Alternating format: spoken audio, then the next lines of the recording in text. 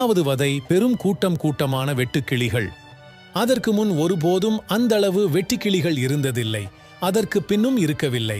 கல்மழை அழிக்காமல் விட்டு வைத்த எல்லாவற்றையும் வெட்டுக்கிளிகள் தின்று தீர்த்தன. 9வது வதை காரிருள். 3 நாட்களுக்கு தேசம் முழுக்க கும்மிருட்டாக இருந்தது. ஆனால் இஸ்ரவேலர் வசித்த இடத்தில் மட்டும் வெளிச்சம் இருந்தது. கடைசியாக ஓர் இளம் வெள்ளாட்டுக் கடாவின் அல்லது ஓர் இளம் செம்மறியாட்டின் இரத்தத்தை தங்கள் வாசல் நிலை கால்களில் தெளிக்கும்படி கடவுள் தம்முடைய ஜனங்களிடம் சொன்னார்.